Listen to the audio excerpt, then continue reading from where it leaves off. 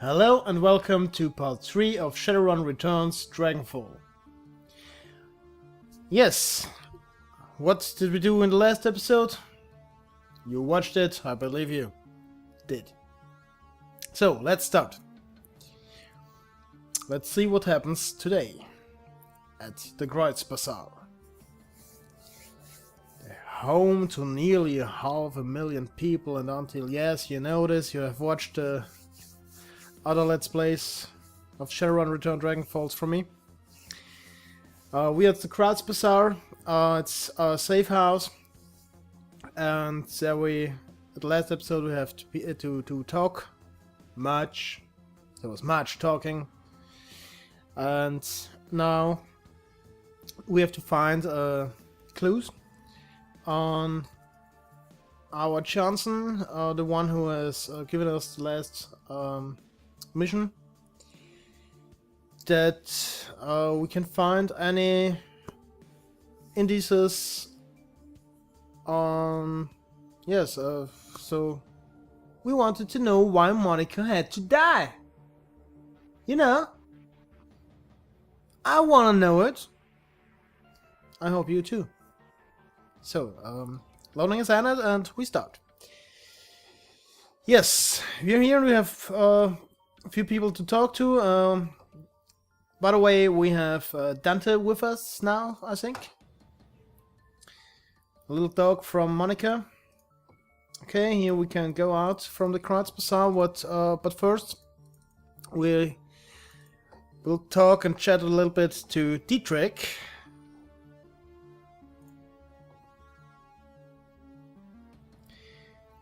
Dietrich turns his head at your approach. His aging face is traced with a network of faint scars, the legacy of too many fights for too many years. While he still retains a degree of strength and vigor, it's obvious that the shaman you see today is a shadow of his former self. Despite all of this, there is still an aura of power surrounding the man. He raises his bottle, offering it to you. Frieza, welcome. I've got a bottle of schnapps that needs sharing, and we've got the fallen comrade to drink to.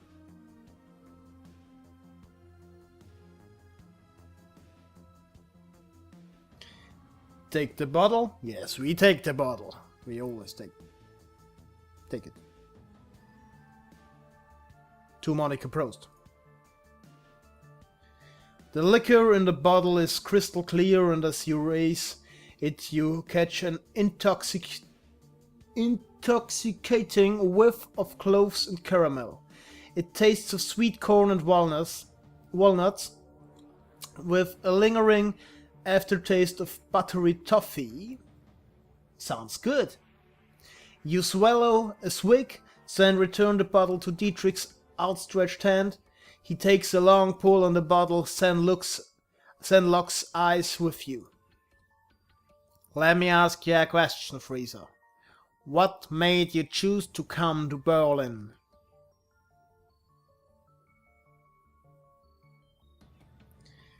Why do you want to know? Monica told me that you moved here from the Rhine-Ruhr megaplex. Made it sound like you'd been there for a good many years, successful years at that. Leads a man to wonder why you packed up and moved here.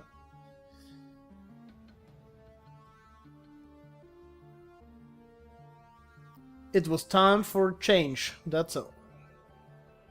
Ah, come on, boss. Nobody moves to Berlin without a good reason. Yes, nobody moves to Berlin without a good reason. I don't know why, but it says so.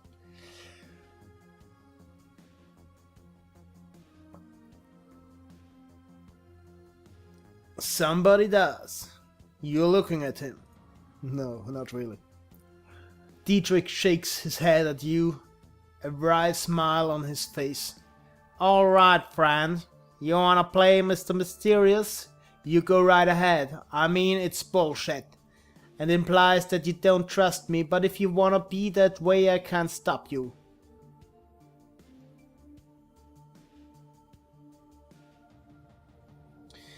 I think I will tell him the truth.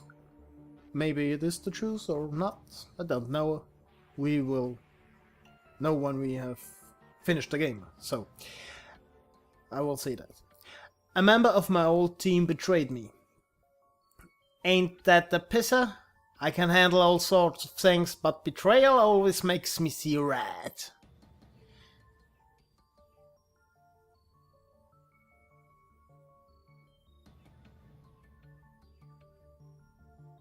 Yes, that's the right last one. Right, there with you. I ventilated the son of a bitch before I left the Ruhrplex. Dietrich raises the bottle and salutes and takes another swig. That bastard deserves no less in your position. I'd have done the same thing. So after all of this went down, you decided to bail out of the Ruhrplex and head to Berlin? Am I getting that right?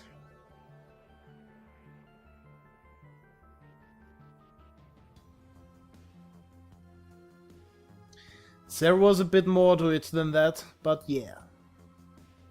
So you came on back to Berlin and to Monica? Dietrich raises his bottle again and closes his eyes and takes a long drink. After the moment has passed, he returns his attention to you. It all comes back to our girl, doesn't it? So let me ask you, just what was your relationship with Monica anyway?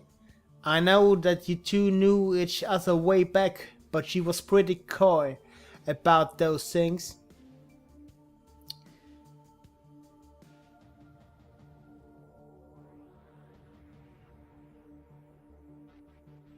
Why do you wanna know? Monica was my friend, I cared about her. Dietrich shrugs. I dunno, I guess that I just want to get to know her better. There are some areas of her life that have always been a mystery, and if you could shed my light on them, I'd be appreciative.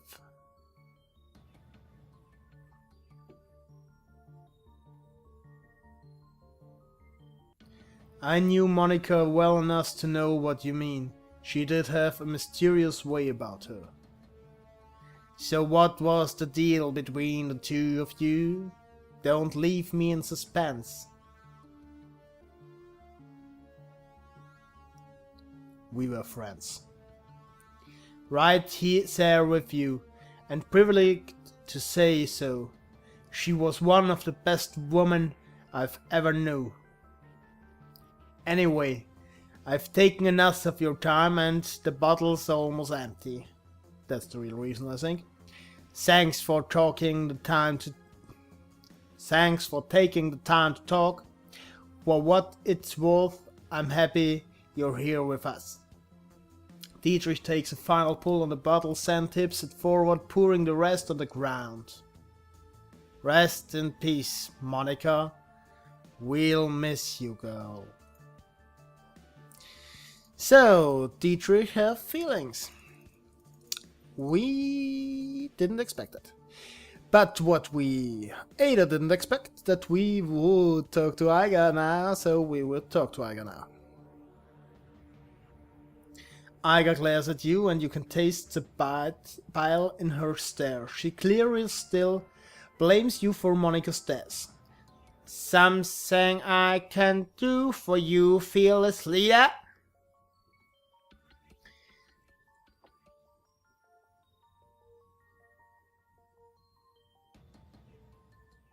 You are wrong about me, Aiga. I intend to prove that to you. She stares at you for a moment and looks away. Best luck with that freezer. Now please, leave me alone. Not just yet, there's something else that I want to say. Alright, but make it quick. You owe me an apology. You had no right to call me out like that in front of the team. She replies, through clenched teeth. Yes, it's a very hard sentence for me. No. Yes, it's a hard sentence. Okay, by the way. Start again. She replies through clenched teeth.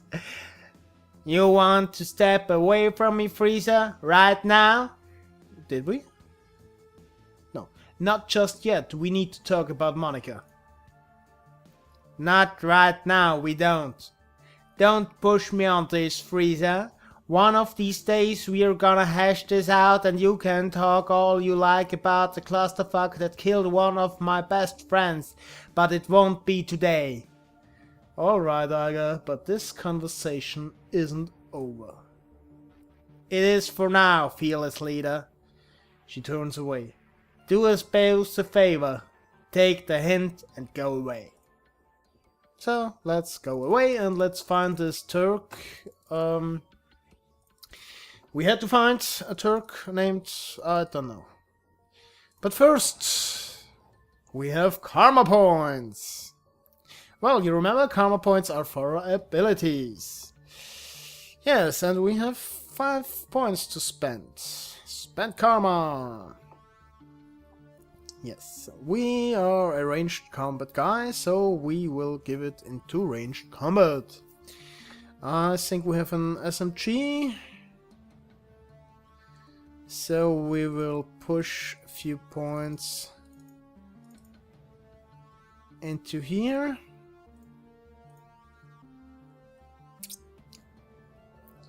Okay, 3 points spent, 2 left. I think we'll spare the 2.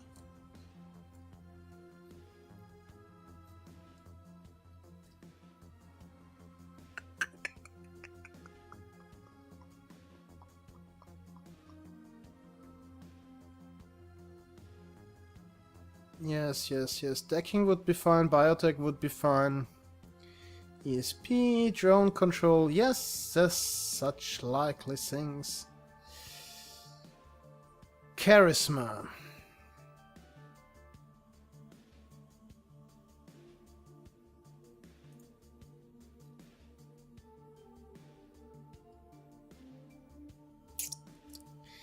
Maybe we will spend our points in Charisma.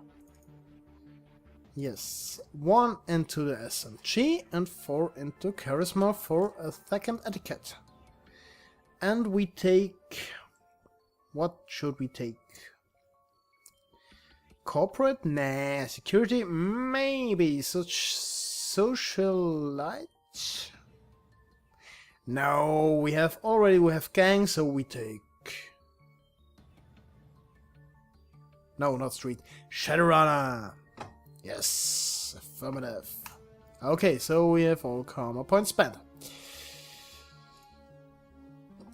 And now we will go and seek this Turk. And I don't know where I have to look for him. Oh, good, we have a mission indicator here on the top left corner. I think you can't see it when... but because there is my webcam video normally. But no problem, it is there, I see it. Okay, here we have a little girl. The dwarvish tech vendor smiles at you with practiced ease. Her almond eyes twinkled with the glare from a dozen's red screens. She speaks in a clipped, heavily accented German. Blah. Welcome to the data heaven. Can I help you with something?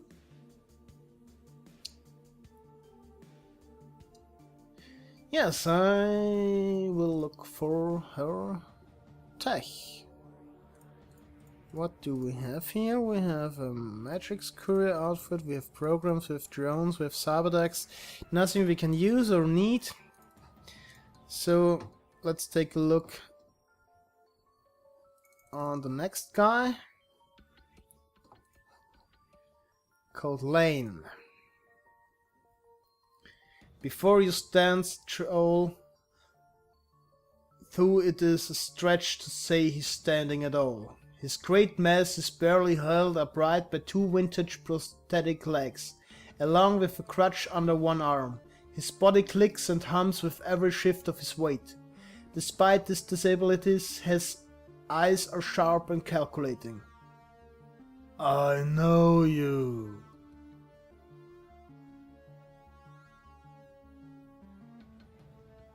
Haven't been here long. New to the Kreuzbazaar then? Heard Monica had some fresh meat in his stable.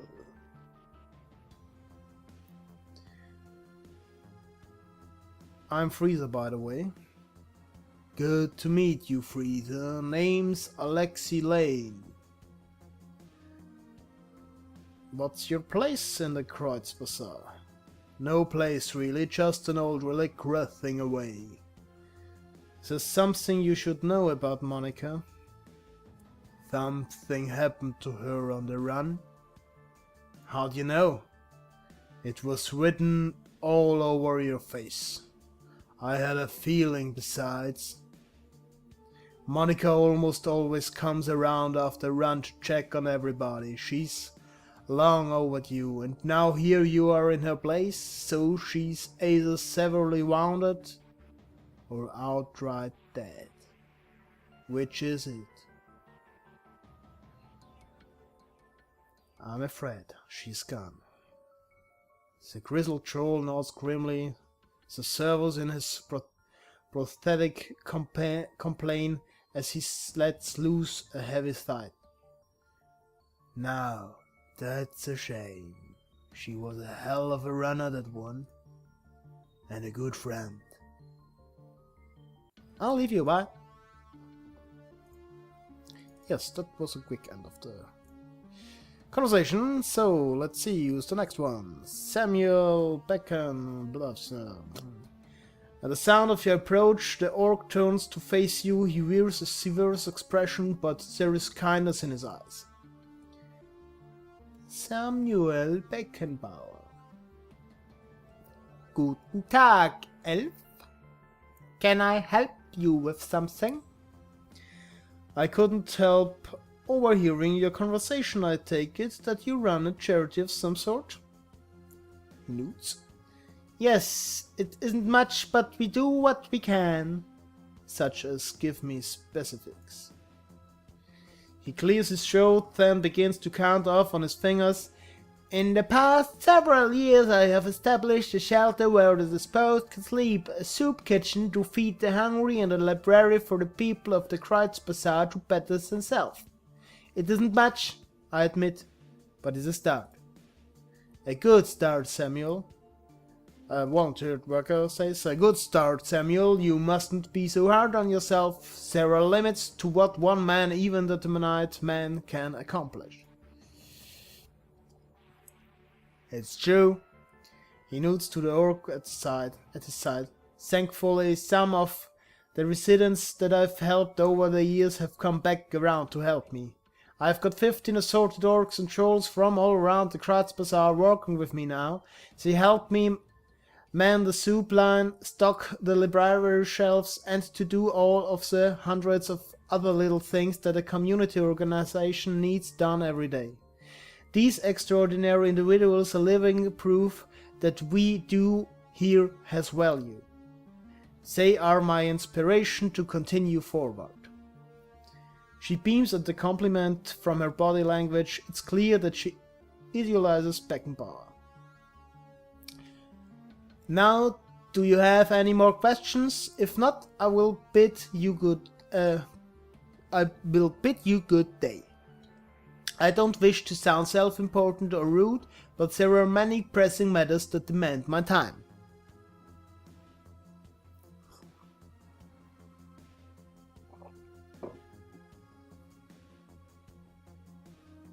"15 assorted orcs and trolls? Does that mean that other races aren't welcome within your organization?"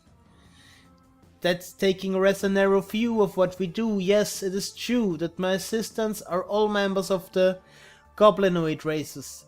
It is also true that before they accepted my help, they were thieves, gangers, and deadbaits. This is not because they were bad people, this is because those of us with goblinoid traits are feared, mistreated, and denied gainful employment by society that hates us. I hire only goblinoids because mainstream human society has created a need for me to hire only goblinoids. The orcs and trolls of the Kreuz Bazaar deserve a workplace where they will be treated with dignity and respect. All that being said, our services are available to all. We wouldn't turn a desperate person away, regardless of the person's meta type. Even humans, the most privileged of all races, are welcome at our door. Isn't that what's most important?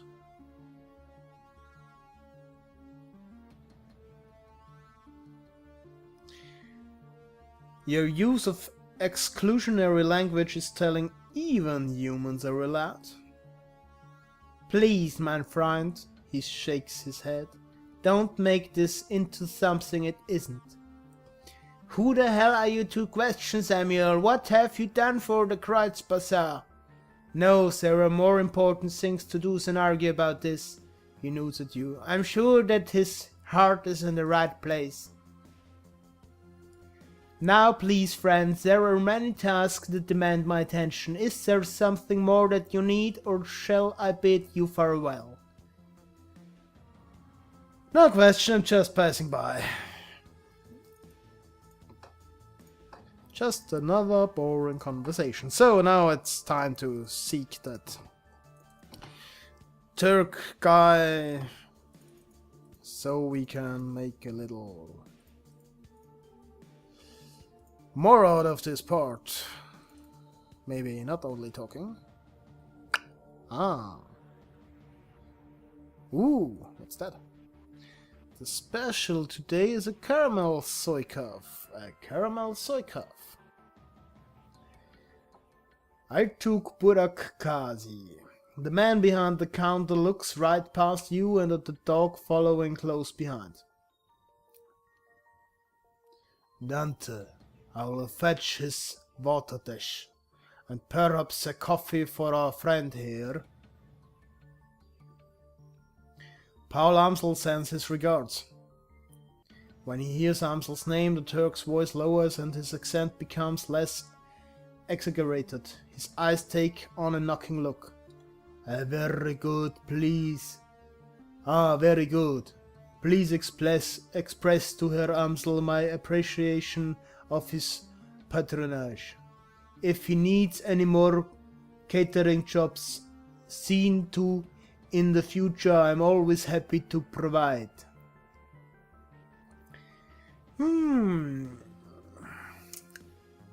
Yes, that's good. He tells me you're delivering the menu for a friend of his now, Herr Winters. I believe I want to hear all about it. Yes, of course, a wise one. Come. A young woman bustles in from the back room. Her gum chewing is loud enough to hear over the noise of the coffee grinders. Buragazi spits something out in rapid-fire Turkish.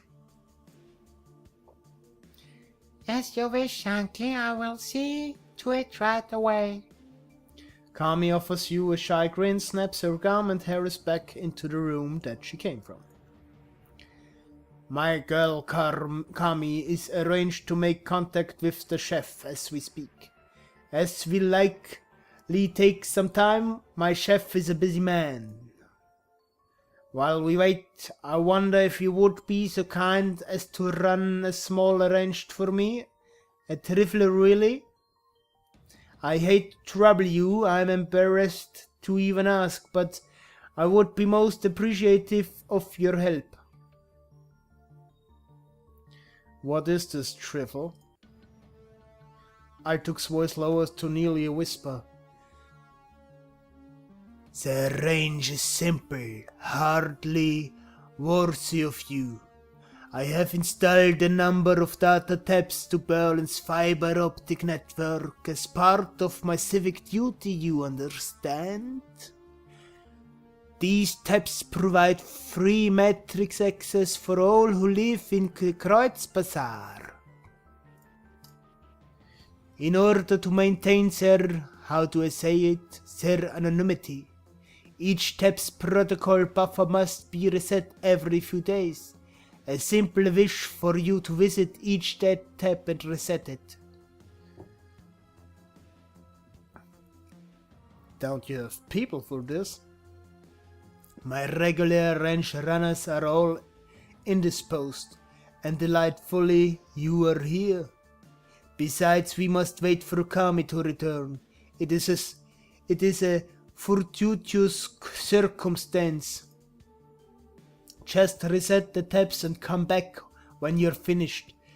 There should be 3 of them scattered around the neighborhood. The first one is just outside. Look for a metal box with yellow arrows painted atop it. By the time of your return, I should have the information Ramsel requests. So, we have to reset these data tabs. But first, we'll talk to Goldschmidt.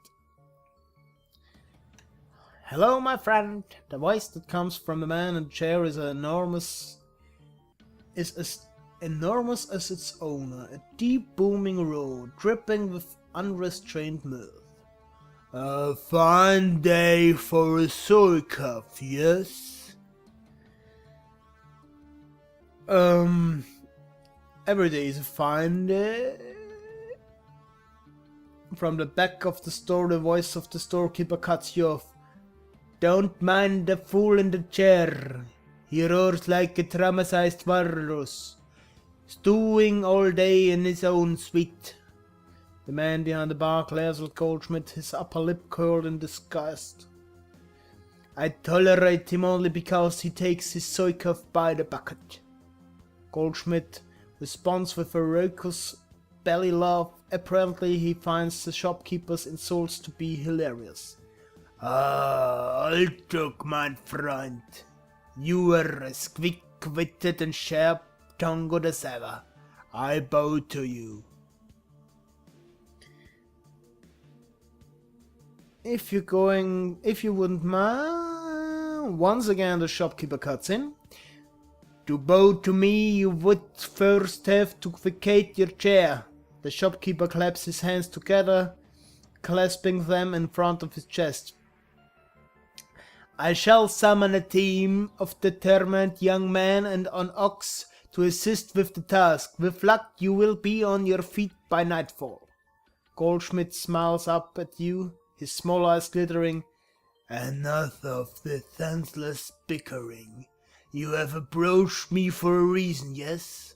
Tell me, what can Jan Goldschmidt do for you?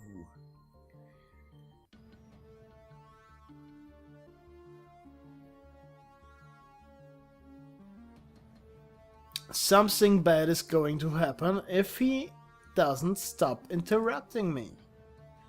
Oh, don't mind our dear Altuk. Yes, he's a brutish man, but his ire was not directed at you. Goldschmidt grins up at you from his overstuffed chair. I have the distinction of being the sole target of Altuk's rage and derision. It is a badge that I delight in wearing.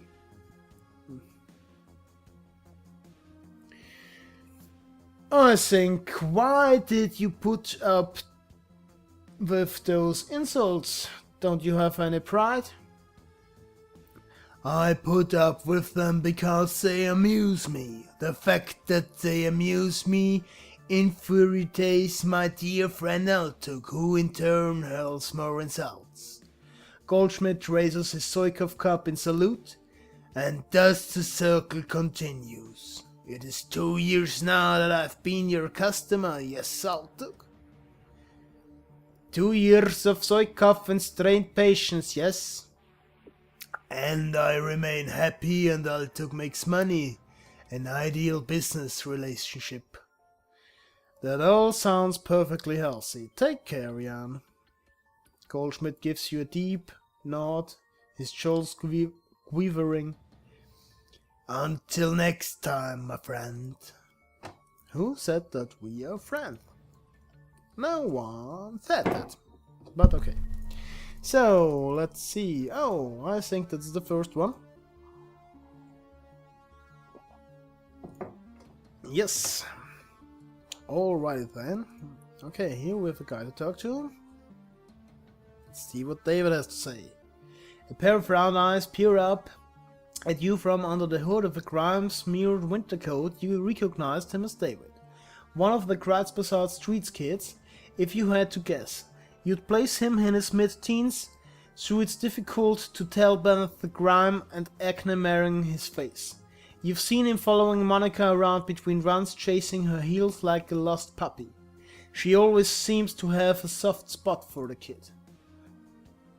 Oi, hi Fraser. Have you seen Monica around? I've been looking all over for her. I'm afraid I have some bad news for you, kid. The kid blinks, a blank expression on his face. She's dead, isn't she? It was quick. She went peacefully. That's the most that one of any of us can hope for. No, that's not the truth, and the second one is the truth, but not likely nice. So I will take the third one. I'm sorry, kid. We all are. Yeah. Look, I think I want to be alone right now. Yes, I'll be alone right now. Has interesting things here. The Taliskramer. Here we have the U-Bahn tunnel. Here we don't know what we have. Here we have... We have a dancer! What should we do with the dancer? I think I will toss 1 Nuyen into the bag or 2 Nuyen, 5 Nuyen into the bag. Oh.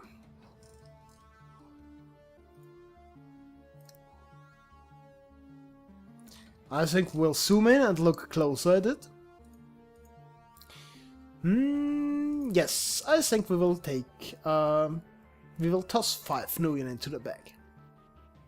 She deserves it. So, and now we have to find the other 2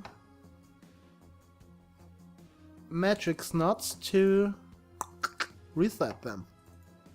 But where are those data tabs?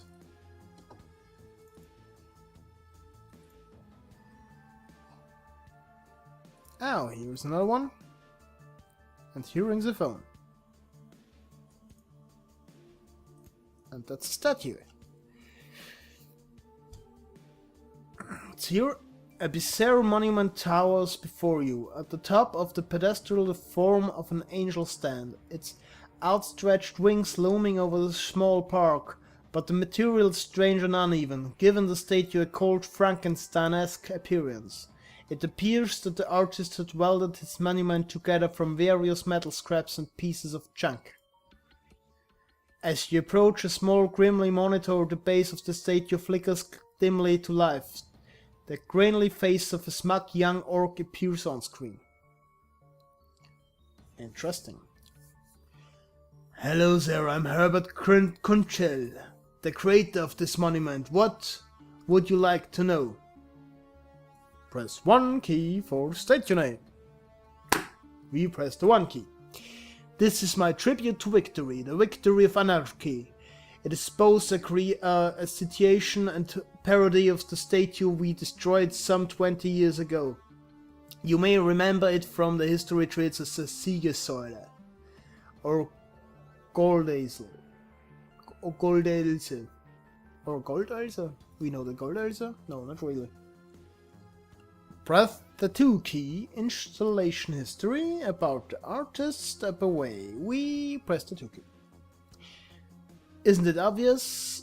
The Siegessäule, a monument to the hubris of the Prussian state, gets blown to bits. So someone takes a lot of bits and builds a monument to the hubris of anarchy. I mean, what more is there to say? Press the 3 key, about the artist. I'm the visionary Herbert Künzel from the Lindwürmer. You might know me from... Okay, well, there isn't much I know from yet, but I intend to change that. All art is born from misery after all. So we step away from the statue and we will take a look to the phone that rings here. Why does there ring a phone?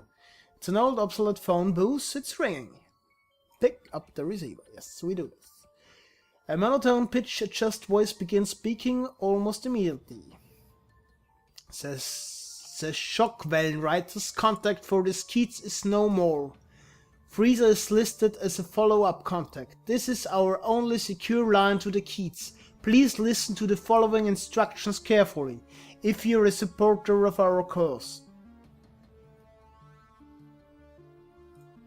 We continue listening.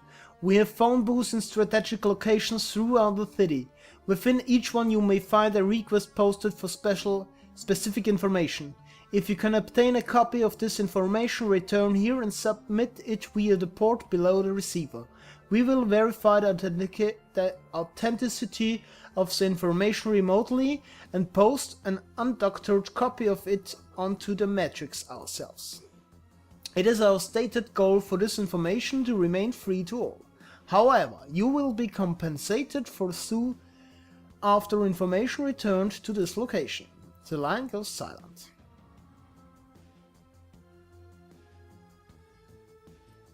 Yes, I keep an eye on it. The line remains silent.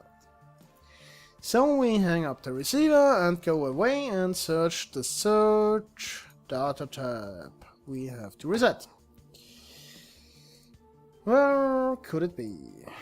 I don't know, but I found it. Yes, good one. As you are resetting the data tabs, you notice that someone has duct taped a small homemade receiver to the system. An earplug dangles from the receiver. So we put the earplug into our ear. Yes, normally you should not do that. Cause of the health risks, maybe? But we are in the year 2050, I don't know what else, and health is no problem at else, no. Now it's just a game. So we put it in. And the sound of heavy machinery makes it difficult to hear the words that are being spoken. After a moment you find you can make out two distinct voices. A nasal woman who sounds like a heavy smoker and a man who speaks in a high-pitched, breathy tone. The nasal woman? Okay. And I just heard Monica. Need to verify. High-pitched man. Good for yes. Continue listening.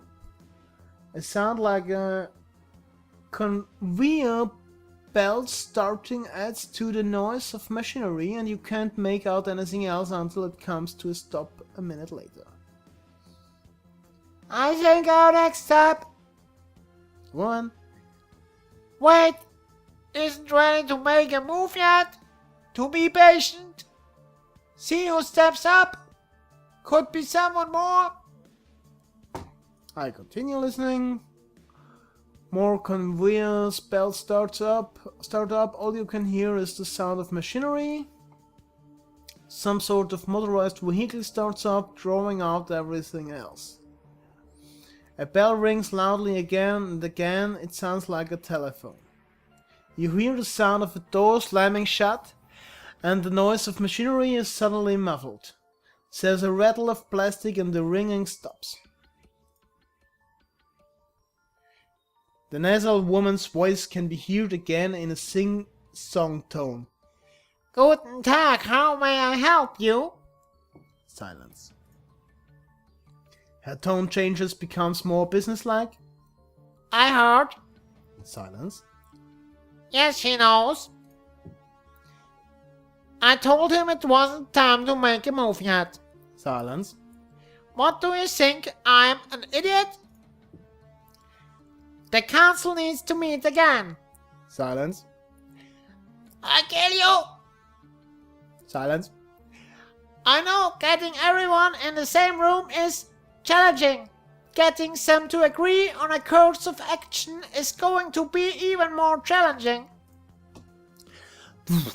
From my perspective, the Kratzbazaar was only stable because of her. If she really is out of the way, well, We'll see, won't we? Silence. Yeah, I know. What can I say? Things go slow in the flux sometimes. You hear the sound of a door opening again, and the cacophony of machinery fills the line. You can't make out anything more. So we walk away. But interesting, isn't it? So I think something has planned. The death of Monica. So here we have Zack.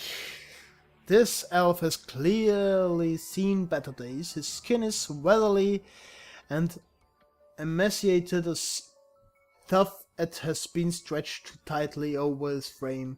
Drag marks line the crotch of his arms and dirty bandages wrap his knuckles. Despite all of this, he seems cheerful enough. The elf fixes his twinkles, bugged out eyes on yours and offered you a broad smile, displaying a set of impossible white teeth. When he speaks to you, his voice is surprisingly deep. Guten Tag, mein Freund, you here for some magic because Zackflash, he gestures at himself with a dramatic flourish, is your magic man. So no, we don't need any magic now, or maybe we will look at it? Yes, we will look at it. Zack cooks his head, offers you a low-slide grin. Well, then I might be able to help you. He begins to twist a strand of his long, stringly hair around one of his spiderly fingers. His smile remains fixed, a peely crescent set into a face caked with grime. Don't leave me in suspense. What you've got? Oh, a little bit of everything. I've got your Zen and your Hyper, your Nitro and your Nova Cake. Nova Cake. If you want it, I got it. Zack leans towards you and lowers his voice to a conspiratory whisper. I've even got a special concoction of my own design, but I wouldn't recommend it unless you're serious about getting high. So when we wanna conduct a little business, show me what you've got. So, we have Flash, we have Kamikaze, and we have Nitro. Okay, so we have drugs! So we have 1,245 new yen. So, should we spend it in drugs? I think not at this time. But there is drugs! Now we take drugs. We take one Kamikaze and we take one Nitro. Yes. The other one is not so important at the moment, or better, it is too expensive. Cause I also want to find a weapon dealer. Is there a fucking weapon dealer? Maybe Simi is my man, or women. Warming herself in the dim light of a dying street lamp is a waif of a girl who looks too worn for her years. The clothes she wears suggests the oldest profession, and the fog in her eyes suggests a habit that demands such a line of work. The Mother Superior, she says, there will be 7 for me to care for. I need to see to them.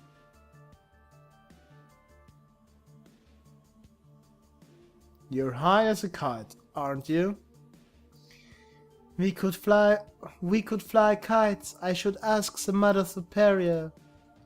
She says I'm to be governess to the children. You notice the chip check poking out beneath a young woman's unruly hair.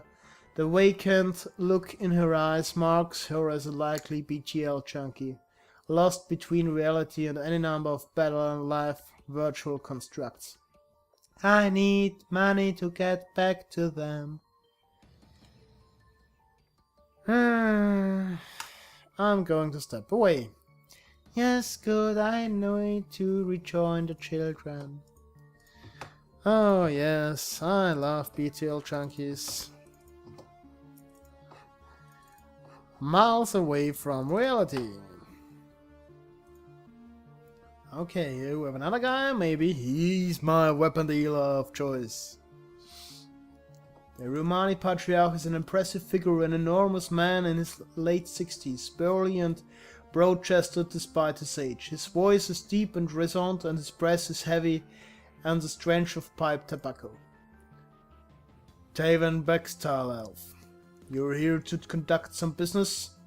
If so, I welcome you to Medbach Arms and Ammunition. If not, keep right on walking.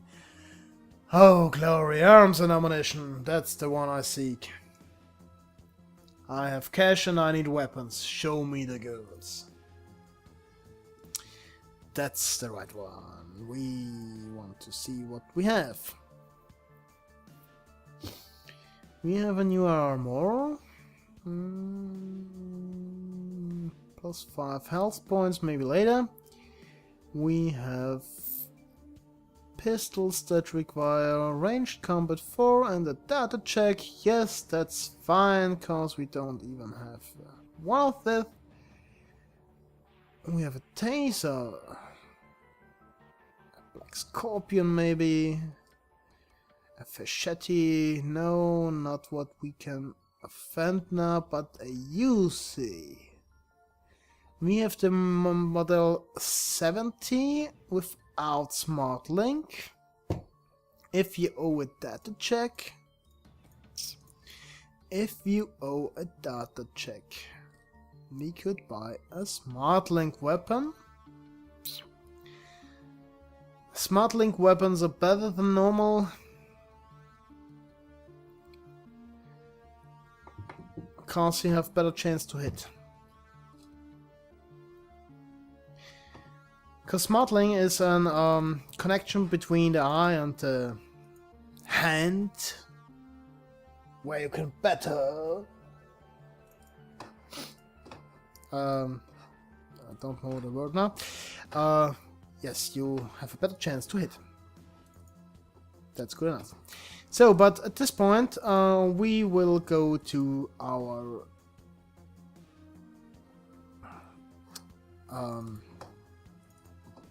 contact again, because he has further information for us.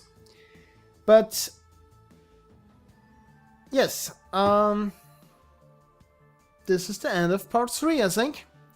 So I hope you had fun, and I hope you will watch the next part. Yes, and if you liked the video, please give me a thumb up for it. Please subscribe to our channel and share the video itself, and watch the next one. I'm Freezer, and we'll see. Bye bye.